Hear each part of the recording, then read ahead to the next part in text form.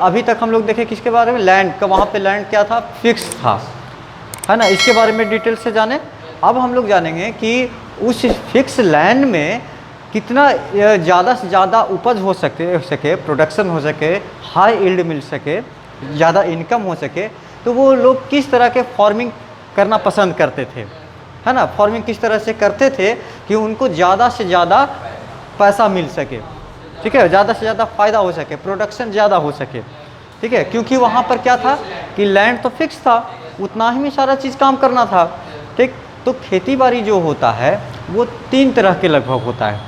एक होता है मॉडर्न, एक होता है मिक्सचर, और एक होता है ट्रेडिशनल, ठीक है, ट्रेडिशनल।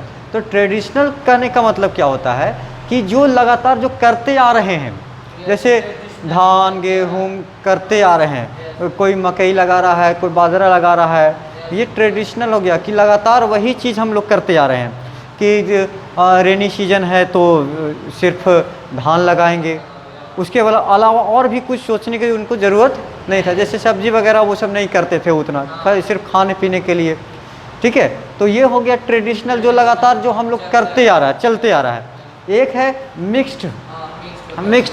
मिक्स्ड का मतलब क्या होता है कि एक ही खेत में अनेक तरह का मल्टीपल टाइप का क्रॉप्स ले लेना, फसल ले लेना। जैसे हम लोग देखते होंगे कि जैसे गेहूं जब बोते हैं तो गेहूं के साथ साथ देखेंगे सरसों बो देते हैं, नहीं होता है। तो सरसों बो देते हैं तो क्या होता है कि उसमें मिक्स हो गया, 2 चीज़ हमको फ़ायदा हो गया, 2 चीज़ फ़ायदा हो गया। फिर देखेंगे कि हम लोग अपने आसपास जब आलू का सीज़न आएगा तो आलू जब रोपते हैं तो उसके क्या होगा कि जो आला बनता है, जो इसको भूला हम लोग बोलते हैं, उस पर क्या गया, उस पर कुछ साग लगा देंगे या फिर मूली लगा देते हैं, नहीं कर देते हैं। इससे क्या हुआ कि वो मिक्स तरह का हो गया।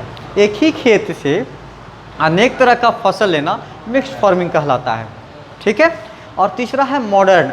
तो मॉडर्न में क्या हुआ कि वही मॉडर्न में जो बीज है वो हाई क्वालिटी का बीज उपयोग करते हैं, उसमें पेस्टिसाइड वगैरह यूज़ करते हैं, केमिकल चीज़ें यूज़ करते हैं प्रोडक्शन को बढ़ाने के लिए, ठीक है। तो ये फार्मिंग 3 तरह का हम लोग देखें।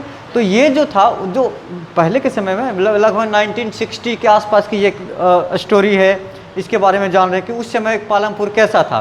तो उस समय क्या करते थे लोग, ट्रेडिशनल खेती करते थे उससे पहले, कि बस थोड़ा बहुत किए काम अपना खान पान के लिए ही करते थे। तो वो लोग जो करते थे वो 2 तरह का मेनली फसल करते थे, एक रबी फसल करते थे और एक खरीफ फसल करते थे, ठीक है। तो खरीफ फसल जो रेनी सीजन में हम लोग लगाते हैं फसल, तो रेनी सीजन में हम लोग मेनली धान वगैरह लगाते हैं। तो ये जो खरीफ, जो जैसे हम लोग माने हैं कि खरीफ जो होता है वो जून से अक्टूबर समय एक माना जाता है, लेकिन ये जो जून से अक्टूबर जो हुआ ना, ये कहीं ये रीजन के अनुसार या फिर क्लाइमेट के अनुसार ये खरीफ जो टाइमिंग है वो चेंज होते रहता है। जैसे हम लोग के साइड में, जैसे हमारे एरिया में मानसून जो है वो लगभग जून में आता है, जून में आता है। तो उस समय धान लगाने का प्रोसेस शुरू होता है। तो हम लोग कहेंगे कि जून से प्रोसेसिंग शुरू हो गया लगाने का, ठीक है। लेकिन जैसे केरल साइड में हो गया, तो केरल में तो वो मई के आसपास ही आ जाता है वहाँ पे, है ना, वही मानसून आ जाता है। तो वहाँ पर जो एग्रीकल्चर सिस्टम, जो धान वगैरह लगाने का सिस्टम जो हुआ वो मई से ही शुरू हो गया। तो ये जो खरीफ का टाइमिंग है, तो बहुत जगह देखोगे कि कहीं कहीं जून अक्टूबर देगा, कहीं मई से टाइमिंग दे देता है। तो ये टाइमिंग लग फिक्स नहीं, सीधे इतना ध्यान रखना कि रेनी सीजन में जो काम करेंगे, ठीक है। वो खरीफ हो गया जिसमें हम लोग धान वगैरह लगा देते हैं, है ना।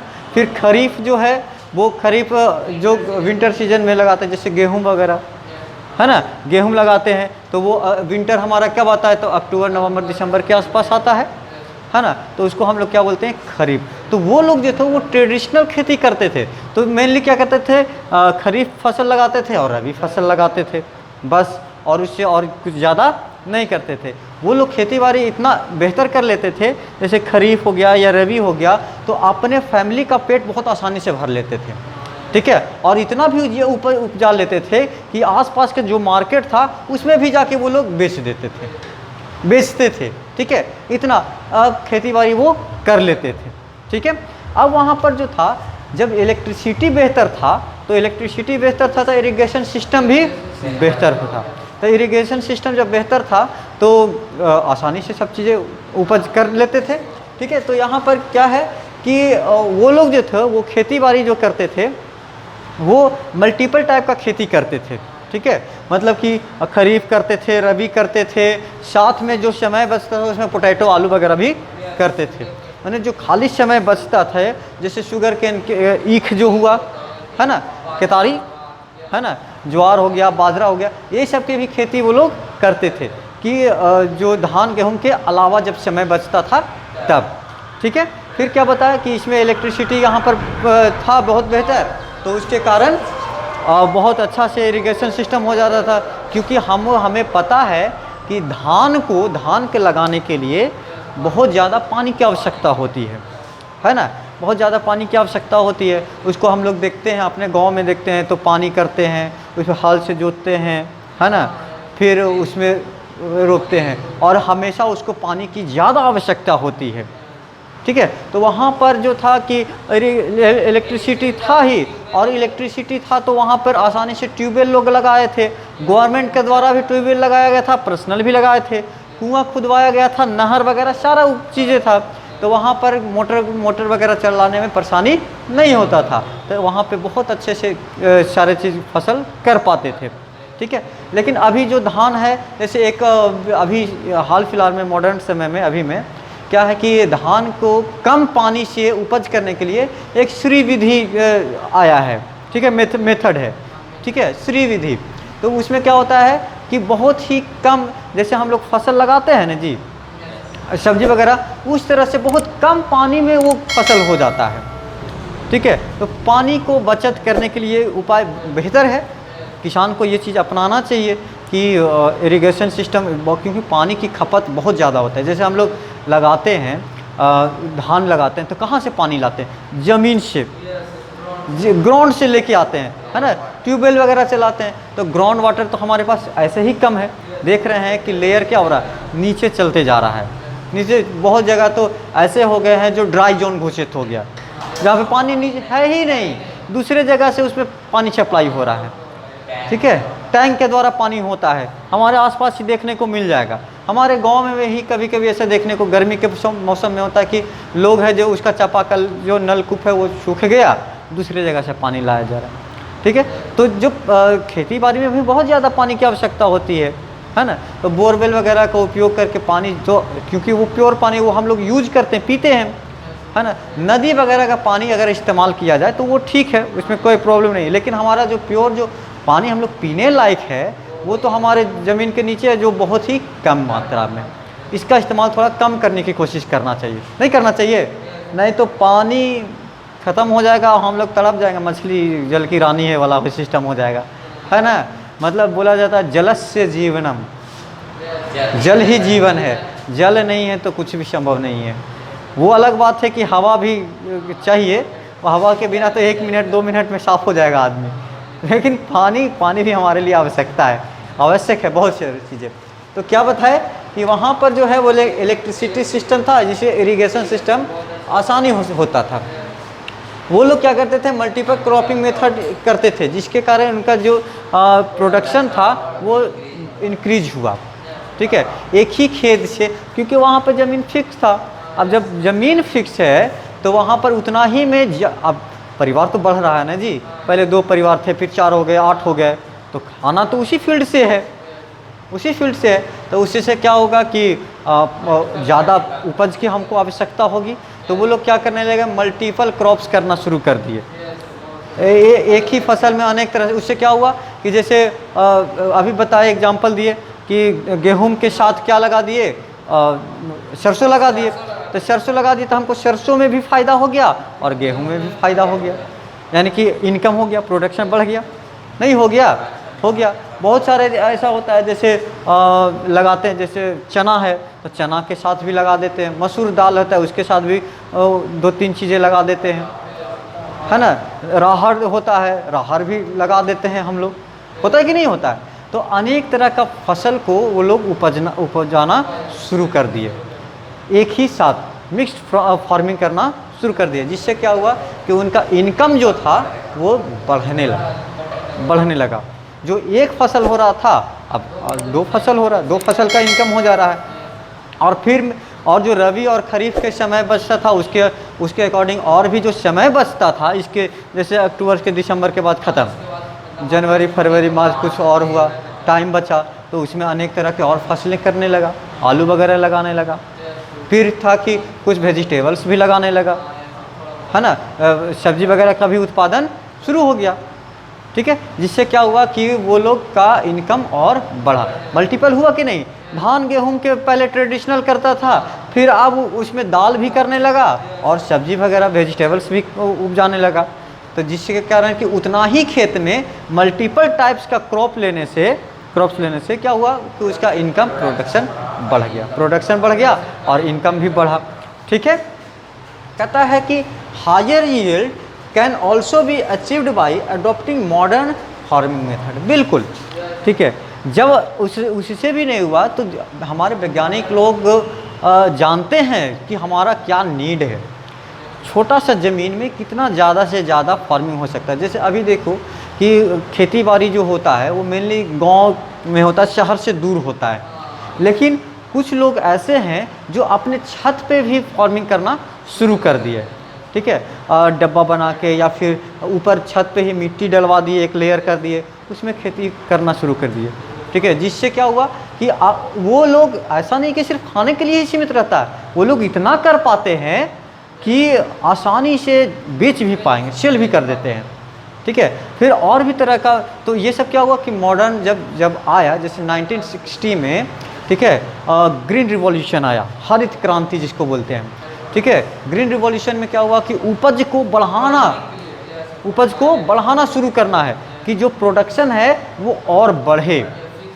ठीक है, फिक्स लैंड में और प्रोडक्शन बढ़े, तो उसके लिए क्या किया गया कि देखे कि जो पहले जो था ट्रेडिशनल सीड यूज करते थे लोग, ठीक है, जो चलते आ रहे, जैसे हमें याद है पहले क्या होता था कि जैसे टमाटर का बीज, टमाटर उपजाते थे पहले के समय में, हम भी वो चीज़ किए हैं। उस समय छोटे थे तो मम्मी पापा लोग करते थे, तो हम देखे हैं वो चीज़ क्या कि टमाटर पहले करते थे, और टमाटर करने से क्या करते थे कि जो ज़्यादा पक जाता था उसको छोड़ते थे और उसको रखते थे, और उसको मैश के उसका बीज को निकाल लेते थे, और बीज को निकाल कर सुखा दिए, और फिर जब टमाटर का खेती का समय आया ना तो उसको फिर उसी को बो दिए।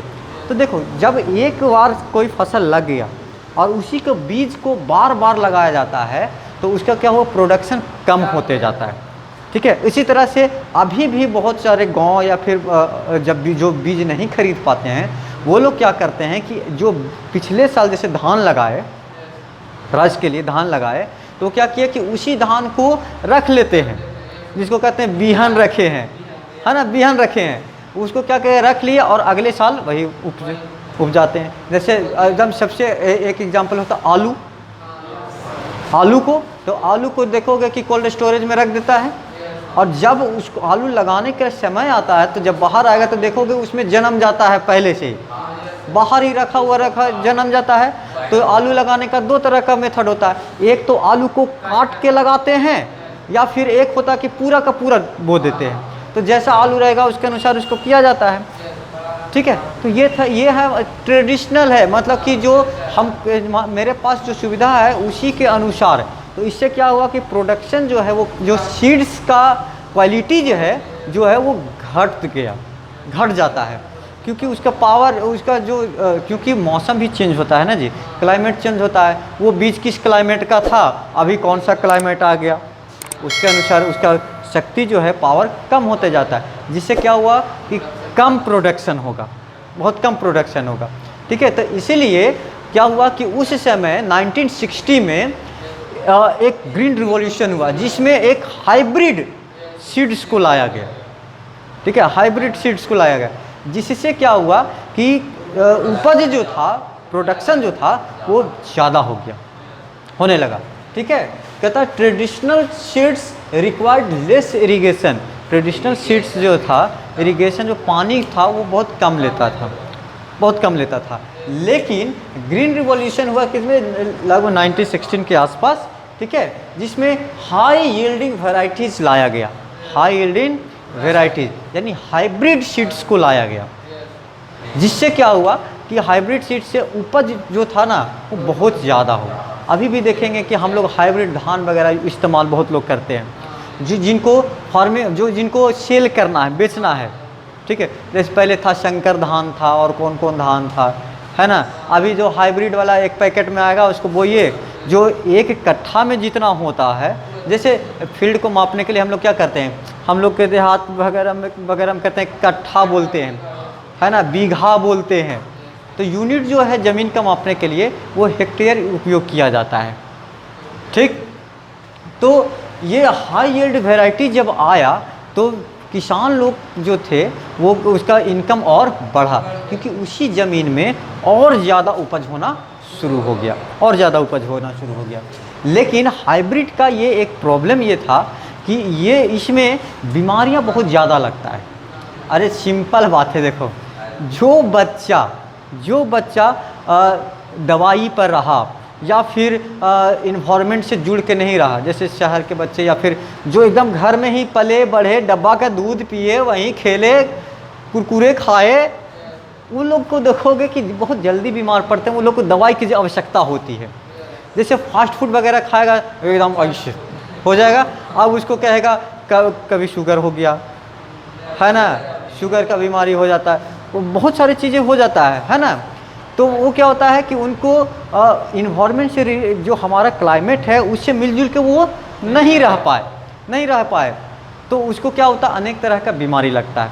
और जो ट्रेडिशनल है, जो गांव देहात का एकदम गुल्ली डंडा खेल रहा है, पानी हो, बरसात हो, धूप हो, वो हर तरह के सिचुएशन को झेल सकता है, तो वो लोग देखोगे कि बहुत कम बीमार पड़ते हैं।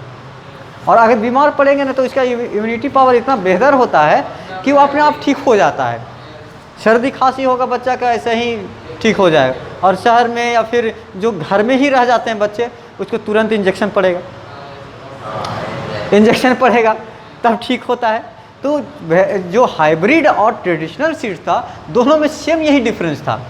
जो ट्रेडिशनल था वो सब चीज़ देखे हुए था, है ना, सब क्लाइमेट देखे हुए था, इसीलिए उसको पानी वगैरह या फिर उसमें बीमारियां बहुत कम लगता था। लेकिन हाइब्रिड था, लाइव में तैयार हुआ।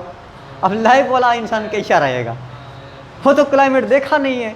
उपज जरूर देगा, उपज बहुत ज़रूर देगा, लेकिन उसमें बीमारियां बहुत ज़्यादा लगने की संभावना हो जाती है, ठीक है। जैसे पोल्ट्री फार्म होता है, जो देहाती मुर्गा होता है वो इधर उधर घूमते रहेगा, कोई दिक्कत नहीं है, ठंडा हो बरसात हो कहीं भी।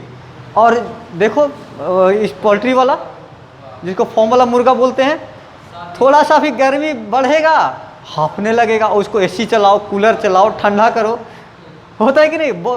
ठंडा जब पड़ा तो हीटर चलाओ, ये करो वो करो, ऐसा होने लगता है, ठीक है। तो गाय वगैरह में वैसे ही होता है, ठीक। तो यहाँ पर भी सीड्स में वही चीज़ है कि ये लैब में बनाया गया। अब जब लैब में बनाया गया तो अनेक तरह के इसके साथ बीमारियां, परेशानी, ज़रूर यील्ड दे रहा था, उपज बहुत, प्रोडक्शन बहुत ज़्यादा तो ज़रूर होता, ठीक है, लेकिन वो अपना उसका इम्यूनिटी पावर जो था वो कम, क्योंकि सारा का सारा प्रोडक्शन जो है वो तो फल, अपना ताकत तो सब फल देने में लगा दिया। पौधे के पास ताकत क्या रहेगा, है ना, ताकत क्या रहेगा। तो क्या होता है, उनको पास बीमारी ज़्यादा लगता है, ज़्यादा लगता है तो उसके लिए क्या किए, पेस्टिसाइड यूज करने लगे, है ना, पेस्टिसाइड यूज करने लगे, फिर केमिकल वाला चीज़ यूज करने, फर्टिलाइज़र यूज करने लगे। उसको क्यों, क्योंकि उसकी ज़रूरत है, अगर नहीं करेंगे तो फसल बचेगा ही नहीं।